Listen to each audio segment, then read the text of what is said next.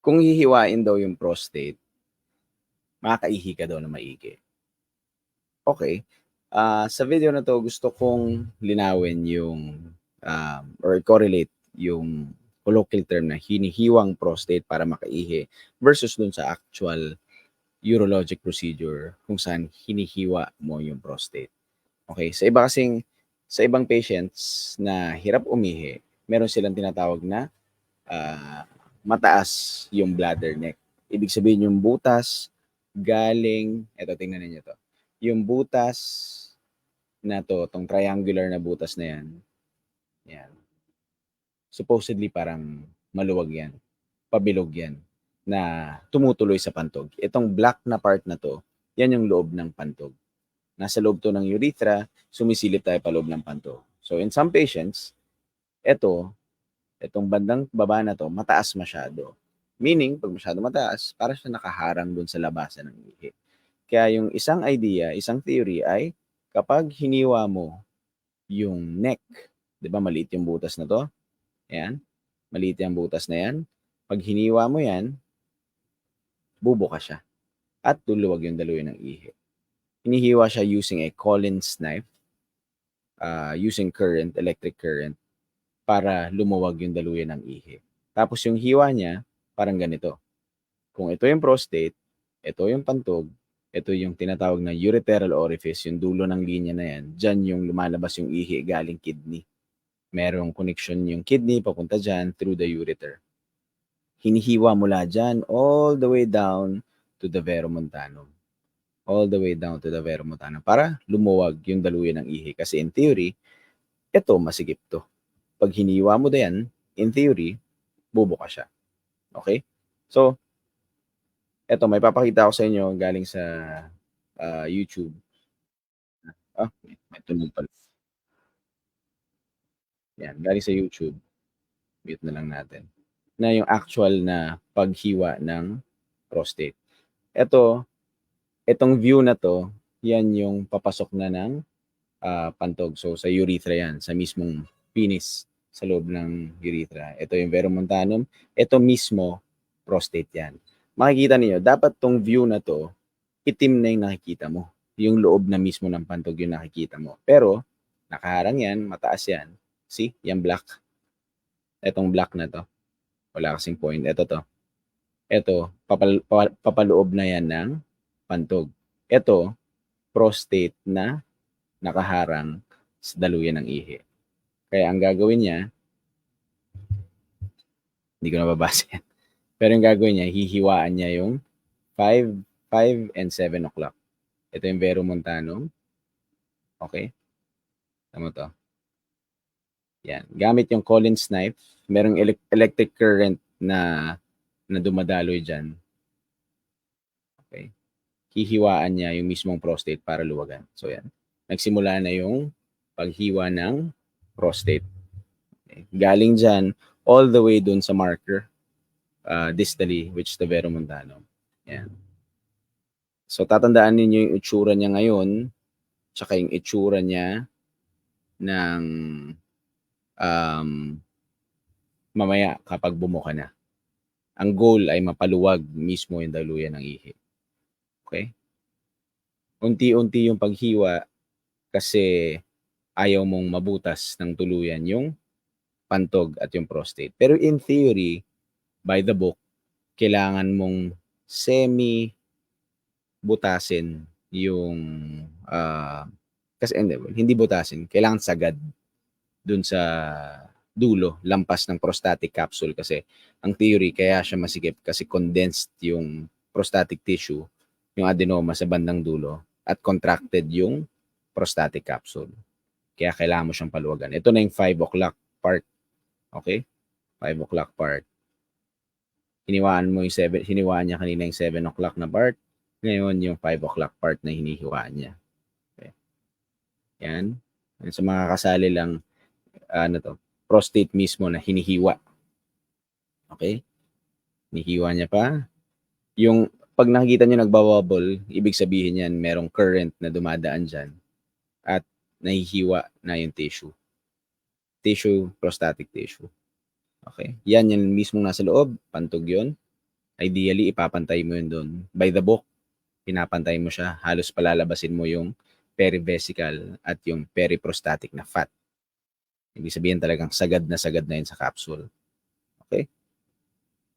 So makikita ninyo na mas malaki na yung black. Mas malaki na yung black na part na nakikita dyan. Okay? Mas nakikita mong black na part, ibig sabihin mas maluwag na. Mas malaki na yung madadaluyan ng ihi ngayon. Yun yung goal ng procedure na to, which is called TUIP, transurethral incision, hiwa ng prostate. Okay? This is a classic endoscopic procedure to make the prostate open up, the bladder neck open up. Okay? So, ito, careful at dahan-dahan yung hindi ito minamadali talaga. Yung paghiwa, calculated din yung paghiwa. See? Medyo lumuwag na. Mamaya sa dulo ipapakita niya kung gaano ka yung comparison ng luwag ng daluyan compared dun sa nagsimula. Okay? So yan. Bawat tapak nagbo-bubble up yung contact point ng current ng tissue. Okay? Yan mismo. Yan. Collins knife, yung tawag dyan na. Collins knife. Yan mismong puti na yan, prostate. Ito, pinalitan niya yung instrument niya ng loop. Yan yung cutting loop na tinatawag. Yan naman yung ginagamit sa TURP. Yan yung ginagamit sa pangkayod ng prostate. Okay? Pero ang ginagawa niya ngayon, kino-coagulate niya, binaburn niya yung prostatic tissue para walang bleeding pagkatapos ng procedure. Okay? Ito yung before. Kita niyo? Wait, pakita natin. Ulit. Ayan yung, sorry. Before, ang liit lang, di ba? Ang liit lang nung daluyan ng ihi. Ito yung after. Mas malaki na yung daluyan ng ihi. So, magkakaroon na ng relief yung patient. Mas makaihi na siya ng mas maluwag. Kasi mas maluwag na yung daluyan ng ihi. Okay? Yan yung procedure na TUIP. Pero using the cutting loop, itong prostate tissue na naka-bulk dyan, in theory, depende sa gagawin mo talagang procedure, pwede mo pa rin tanggalin yan. Kakayurin mo lang yan. Kakayurin mo lang. Kapag maliit lang kasi yung prostate, ang TURP kasi recommended lang siya for prostate sizes na 30 grams to 80 grams. 30 grams to 80 grams. So kapag less than 30 grams, minsan TUIP lang yung ginagawa. Ini-incise lang. Ito, transurethral incision of the prostate. More than that, pwede mo nang kayurin. Pero wala namang bawal. If you think that this tissue will still obstruct yung daloy ng ihi, then by all means, you can remove that by resecting it with the resectus cutting loop. Remember the cutting loop? Ito yun. Di ba? Yung nakabulk na yan, pwede mo siyang kayurin para mas maluwag na yung ihi, pagdaloy ng ihi mo. Okay? Sige, sagot lang tayo ng relevant questions dito. One question from Joji, Doc, yung pagmumotor ba ay nakakalaki ng prostate at yung pag-upo sa may nanupuan ng motor? No. Hindi correlated yung pag-upo sa motor sa paglaki ng prostate. Kailangan mo ng maraming factors and largely unknown yung reasons for enlargement of the prostate. Okay? Pwedeng hormonal, aging, yun yung mga theory, and increased sensitivity to testosterone.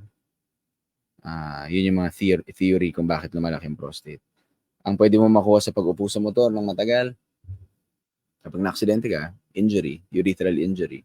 Pero the prostate is deep within the pelvis at hindi siya apektado ng any sitting position.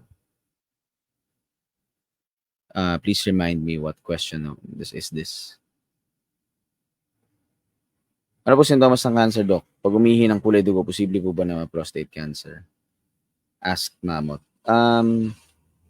Prostate cancer, malawak yung symptomatology ng prostate cancer. Pwedeng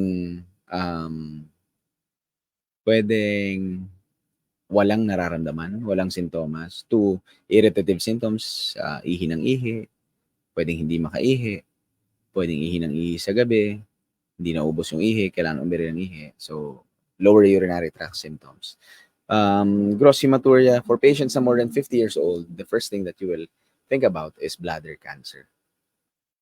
Yun yung isa sa mga main differential diagnosis. But a prostate cancer can also bleed.